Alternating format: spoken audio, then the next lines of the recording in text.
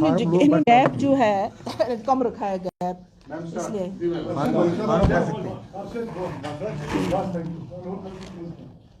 करें। बिस्मिल्लाहिर्रहमानिर्रहीम। आप सबका बहुत बहुत शुक्रिया यहाँ तशरीफ़ लाने के लिए। जैसे कि आप जानते हैं कि हज पॉलिसी जो है 2023 जो है वो आ चुकी है और उस हवाले से मैंने आपको यहाँ तकलीफ़ दी। अभी गाइडलाइंस का हमें इंतज़ार है। मोस्ट प्रॉब्ली जो हमारे ऑफिसर्स हैं इनके कहने के मुताबिक 1-2 दिन में जो हैं गाइडलाइंस भी आ जाएंगी। कुछ चीज़ों का तो आपको मालूम ही है जिसके लिए हम मिनिस्ट्री को मुबारकबाद पेश करते हैं, क्योंकि जिस पर्पज़ के लिए लोग जाते हैं हज पे वो तो एक अलग ही किस्म का अकीदा रखता है। तो इसमें जो वीआईपी कल्चर था, ये वीआईपी कल्चर ख़त्म किया आज की गवर्नमेंट ने। उसके लिए मैं इस स्टेप को अप्रिशिएट करती हूँ। जैसे कोटा होता है, प्राइम मिनिस्टर का होता है, प्रेसिडेंट का होता है, इसी तरह मिनॉरिटी जो मिनिस्टर्स हैं उनका होता है, एमपीज़ का कोटा होता है। तो वो ख़त्म करके आम लोगों के लिए ये एक बहुत अच्छी जो है राहत है। मुझे लगता है तकरीबन उससे 5,000 जो है 500 की 500 टोटल नहीं, तो उससे आम लोगों को फ़ायदा है। तो ये एक वेलकम स्टेप है, इसके लिए मैं उनको अप्रिशिएट करती हूँ। इससे मज़ीद जहाँ तक जम्मू कश्मीर का है उस हवाले से मैं बात करना चाहूँगी। आप जानते हैं कि ये जो होता है डिस्ट्रीब्यूशन होता है, इसमें तकरीबन 80% जो है बाकी स्टेट्स में होता है, हज कमेटी ऑफ इंडिया करती है, उसका आपको मालूम होगा। हाँ, इसी तरह हमारा जो है being a Muslim majority state, इसमें हमें कुछ एडिशनल कोटा मिल जाता है। अगर जनरली देखा जाए तो तकरीबन 6,000 तक जाएगा, फिर अगर उसको ऐड किया जाए तो 2,000 तक जाएगा। लेकिन हमें उम्मीद है कि हम 10,000 की फिगर क्रॉस करेंगे इंशाल्लाह इस साल। थोड़ी बहुत चेंजेस हैं इसमें। एक तो ये चेंज है जो इन्होंने नई चीज़ इंट्रोड्यूस की है इस पॉलिसी में। पहले कुछ चीज़ें मैं आपको बता देनी चाहूँगी अपने साथियों को कि जब लास्ट टाइम हम मीटिंग के लिए गए थे, जब ऑल ओवर इंडिया से बुलाए गए थे, ये चेयरपर्सन्स और ऑफिसर्स बुलाए गए थे वहाँ पर अपने अपने सजेशंस रखने के लिए, वो मैं आपको बताऊँगी कि हमने क्या सजेशंस रखे। लेकिन जो कुछ तब्दीली थोड़ी बहुत आई है वो मैं आपके साथ शेयर करना चाहूँगी। एक तब्दीली तो ये आई है कि जैसे फॉर एग्ज़ाम्पल किसी लेडी ने अगर हज ना किया हो तो और उसके हस्बैंड ने हज कमेटी ऑफ इंडिया के थ्रू हज किया हो, नॉर्मली जो लोग हज कमेटी ऑफ इंडिया के थ्रू हज करते हैं उनको दोबारा हज करने की इजाज़त थ्रू दिस प्राइवेटली वो कर सकते हैं, लेकिन यहाँ से इस सिलसिले से नहीं कर सकते। हाँ, थ्रू गवर्नमेंट मॉडल नहीं कर सकते। लेकिन अगर वाइफ ने ना किया हो तो उसको हस्बैंड जो है जा सकता है, हस्बैंड या को रिलेटिव जो क्लोज रिलेटिव होगा, यानी या दूर दराज कोई कज़न होगा जो क्लोज रिलेटिव होगा वो जा सकता है। तो महरम जिसको कहते हैं। तो मुझे लगता है कि ये एक बड़ी तब्दीली है, ये इन्होंने किया है, इस चीज़ को रिलैक्स किया हुआ है। वुमन कैन परफॉर्म ए हज अगर वो अकेले भी जाना चाहे। I will come to that point, that's the second point, you know. So ये वो है कि सपोज अगर किसी लेडी के हस्बैंड ने किया है लेकिन वाइफ ने नहीं किया, वाइफ जाना चाहती है, तो नॉर्मली तो हज कमेटी ऑफ इंडिया उसको अलो नहीं करेगी। लेकिन अगर औरत ने नहीं किया है तो हस्बैंड भी जा सकता है, भाई भी, महरम जो है वो जा सकता है साथ। एडिशनल थोड़े एडिशनल चार्ज देने पड़ेंगे, कितने देने पड़ेंगे वो अभी इन्होंने डिसाइड नहीं किया है। नॉमिनल होगा, जो भी होगा नॉमिनल होगा। उसके बाद ऑनलाइन किया है इन्होंने एप्लीकेशंस को। आपको पता है पहले जो फीस हुआ करती थी 300 लिया जाता था नॉर्मली, आज उन्होंने फ्री ऑफ कॉस्ट किया है। और आपके थ्रू मैं तमाम लोगों से गुजारिश करती हूँ कि अगर आपको कोई डिफ़िकल्टी होती है ऑनलाइन फॉर्म भरने में तो आप जो है यहाँ से भी कलेक्शन कर सकते हैं, हज हाउस से भी कलेक्ट कर सकते हैं। तो और कोई फ़ीस भरने की ज़रूरत नहीं है आपको। पहले 300 रुपीज़ भरते थे। इसके बाद जैसे पहले जो औरतें थी उनके साथ ज़रूरी था कि कोई मर्द जाए, हस्बैंड भाई जो वो जाए। लेकिन अब 45 साल एज जो है उससे ऊपर अगर औरतें ग्रुप में जाना चाहती हैं तो वो 4 औरतों का ग्रुप जो है वो जा सकता है, एज ग्रुप भी वो जा सकती हैं, तो किसी महरम की ज़रूरत नहीं पड़ेगी। ये एक तब्दीली आई है इसमें। एक वेबसाइट है जो कि यहाँ शेयर करेंगे और मैं अपने ट्विटर पे भी डाल दूँगी, उसमें www.hajcommittee.government.in आप इसे फॉर्म डाउनलोड कर सकते हैं। और याद रखें कि जो तारीख जो है आई थिंक वो 10 तारीख है, लास्ट 10 मार्च। तो इसलिए लोगों को जो है इसमें करना चाहिए। साथ में अगर किसी को पासपोर्ट में कोई प्रॉब्लम आ रही है तो हमारे ऑफिसर्स यहाँ हैं, वो उनकी हेल्प करेंगे उस चीज़ को एक्सपेडाइट करने के लिए। अगर किसी को कोई इशू आ रहा है पासपोर्ट का, एक्सपायरी हो, किसी का एक्सपायर हो, किसी का रुका होता है, कई सारी चीज़ें होती हैं, वेरिफिकेशन के लिए होता है, या किसी की डेट वो एक्सपायर हो गया है, तो हमारे ऑफिसर्स यहाँ पे हैं, वो यहाँ आ सकते हैं, उनकी मदद यहाँ पे हो सकती है। हाँ, अब यहाँ पे कुछ प्रायोरिटीज़ हैं जो सबसे नंबर 1 प्रायोरिटी जो है, जो 70 साल से ऊपर हो।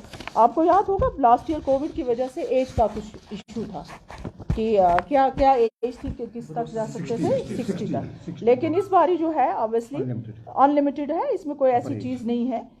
अगर 70 अब हो उनको फर्स्ट प्रायोरिटी दी जाएगी, इसमें पूरा नहीं होगा। इसके बाद नंबर 2 जो है सेकंड लिस्ट में जो आता है वो लेडीज़ आती हैं, फिर विदाउट दिस, जिसका महरम ना हो साथ, उसको नंबर 2 प्रायोरिटी विदाउट कुरा होगा। Then comes the general category. तो इस तरह से कैटेगराइज किया गया है इसको। पहले आपको पैसा देना पड़ता था, प्राइवेट लैब जाना पड़ता था टेस्ट के लिए। अब मुझे लगता है आपने जो किया होगा वैक्सीनेशन, वो सर्टिफिकेट जो होगी वैलिड होगी। इससे मजीद भी अगर कुछ होगा तो गवर्नमेंट के थ्रू हो जाएगा, आपको पे करने की ज़रूरत नहीं है। RT-PCR आपको पता ना कोविड के रिलेटेड है, अगर करना पड़ा तो वो फैसिलिटी आपको गवर्नमेंट प्रोवाइड करेगी। एक और चीज़ आपको बता दूं मैं आपको कि हमने कुछ इश्यूज़ रेज किए हैं जो मैंने आपसे कहा कि मैं आपसे शेयर करूंगी, लेकिन पर्पज़ क्या है? पर्पज़ ये था जो हमने मिनिस्ट्री के सामने भी बात रखने की कोशिश की। हमारे यहाँ जो है, मैं जम्मू कश्मीर की बात करूंगी तो पिछले 3 साल तक ना कोई कमेटी थी, ना कोई चेयरपर्सन था। आपको पता होगा कि 3 साल के बाद जो है ये प्रोसेस शुरू हुआ। तो मैं और मेरे जो साथी हैं, इंक्लूडिंग अवर ऑफिसर्स, हमने अपनी तरफ से भी गवर्नमेंट ऑफ इंडिया के सामने बहुत सारी बातें रखी जो मैं अभी आपके साथ शेयर करूंगी।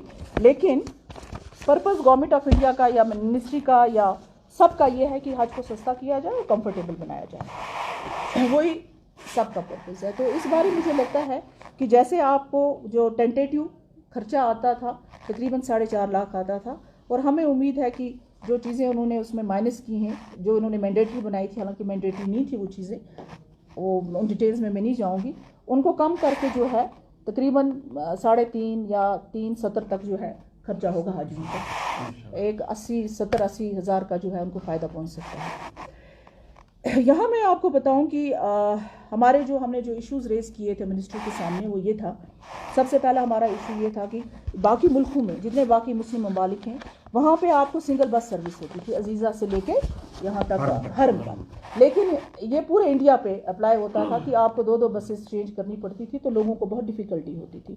तो हमने बड़ा एम्फेसाइज किया इस चीज़ पे, और हमने रिक्वेस्ट किया कि जिस तरह बाकी मुस्लिम ममालिक हैं इसी तरह हमारे भी है कि 1 बस सर्विस होनी चाहिए। तो मुझे लगता है कि उसको गवर्नमेंट कंसिडर कर रही है। दूसरा जो है हमारा एयरलाइंस का मसला था। अक्सर ये मुझे ट्विटर पे भी और कई लोगों ने मुझसे बात की, मेरे साथियों से बात की कि जो यहाँ से सर्विस हम प्रोवाइड करते हैं वो ज़रा कंफर्टेबल नहीं होती। तो हमने कहा कि जिस तरह बाकी आप इंडिया में जो सर्विस प्रोवाइड करते हैं वो सर्विस हमें दीजिए, एयर सर्विस, क्योंकि हाजी तो पे करता है इसके लिए, लेकिन अगर कंफर्टेबल नहीं होगा, लंबा सफ़र है, तो कोई इसका फ़ायदा नहीं है। मुझे लगता है कि उसको भी कंसिडर किया जाएगा। उससे मज़ीद जो है जो किराया लगता है, एयर फेयर जो लगता है, वो थोड़ा कश्मीर के लिए थोड़ा सा ज़्यादा था, वो भी हमने उनको रेज़ किया। मुझे लगता है, मुझे उम्मीद है कि इसको कंसिडर किया जाएगा। और ये जो चीज़ें थी मैं जम्मू कश्मीर के हवाले से हमने रखी उनके सामने। 1-2 चीज़ें और हैं कि इस बारी जैसे यहाँ से हमारे बहुत सारे खुदामुल हजाज जाते हैं, उसमें अभी थोड़ा सा क्लैरिटी की ज़रूरत है। आई थिंक गाइडलाइंस में क्लैरिटी हो जाएगी, लेकिन गवर्नमेंट ने एक अच्छा इनिशिएटिव ये लिया है कि डायरेक्टर लेवल का आदमी जो है वो जाएगा उनके साथ, वहाँ उनकी एक्टिविटीज़ प्लस हाजीज जो हैं उनको वहाँ पर प्रॉपर फैसिलिटीज़ मिल रही हैं कि नहीं, उन दोनों चीज़ों को जो है मॉनिटर करेंगे। तो ये सब था जो मैंने आपके सामने रखा। इससे मज़ीद जो है यही है कि कोई भी डिसेबिलिटी वाला हो जो चल ना सके, प्रॉब्लम्स हो, तो उसके साथ जो है एक बंदा जा सकता है एज कंपेनियन। हाँ, इसी तरह अगर 70 साल से ऊपर है कोई, तो वो भी चाहे तो कंपेनियन रख सकता है। कंपेनियन ऑब्वियसली ज़रूरत पड़ता है। तो ये तो कुछ छोटी छोटी कुछ चीज़ें हैं जो सामने, अगर आपका कोई सवाल हो तो। मैम, आपने अभी बताया जिस तरह से अभी वुमेन कैन परफॉर्म नाउ हज विदाउट कंपेनियन, यानी कि महरम के बगैर, तो आपको नहीं लगता है कि this is against the fundamentals of Islam? क्योंकि इस्लाम ने पहले ही बताया कि उसमें महरम जरूरी साथ में होना चाहिए, तो आपको बखूबी पता होगा क्योंकि आप भी एक मुस्लिम है, तो यहाँ पर सेंटिमेंट्स हर्ट नहीं हो रहे हैं इस जो ये आप बता रहे हैं? एक औरत जो है वो ग्रुप में जा सकती है।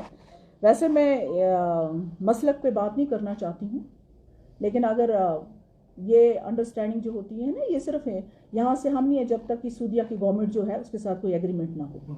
जहाँ पर आप हज करने जा रहे हैं, जहाँ पर ये मदीना शरीफ है, मक्का शरीफ है, उस गवर्नमेंट ने इस चीज़ का कंसेंट दिया है, ओके किया है, तो मुझे लगता है वो भी इस्लाम जानते हैं। वो कोई ऐसी चीज़ नहीं करेंगे जो इस्लाम के खिलाफ हो। जो मैम यहाँ पे इस्लामिक स्कॉलर है, तो आपने उनके साथ कंसल्ट किया? Is it permissible in Islam? See, I don't want to speak on this issue. I'm not a scholar on this. अलग अलग लोगों की अलग अलग होगा। मतलब हम अगर आप इसी में जाना चाहते हैं इस डिटेल में, तो हम मुसलमानों के 75 फिरकेस हैं, है ना? 75 फिरकास तो है ना।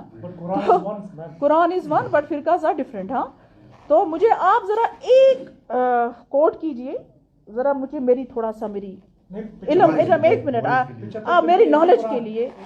हाँ, मुझे पता है, मेरी नॉलेज के लिए बताइए कि कुरान में कहाँ पे कोट किया है कि ये ग्रुप में औरतें नहीं जा सकती, किस जगह पे किया है?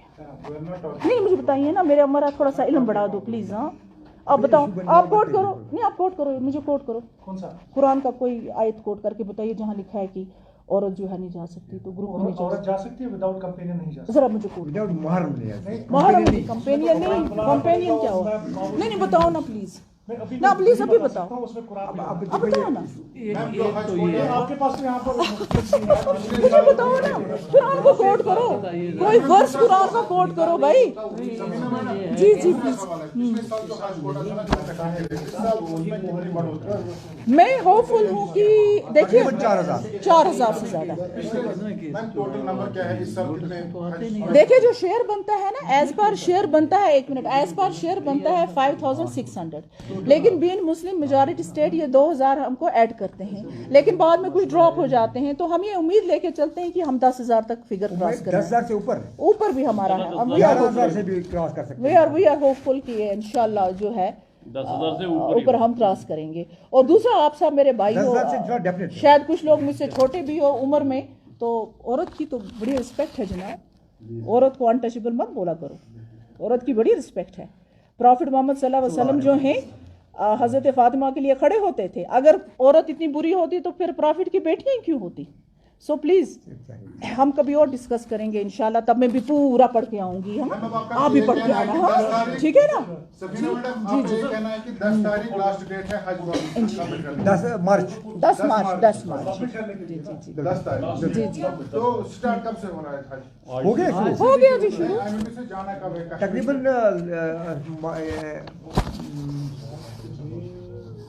मई के लास्ट वीक में शुरू हो जाएगी। अभी उसका नहीं आया, शुरू नहीं आया, उसका है ना मई के। देखिए मैं आपको एक बात बताऊं, तकरीबन हाई से पहले एक मिला।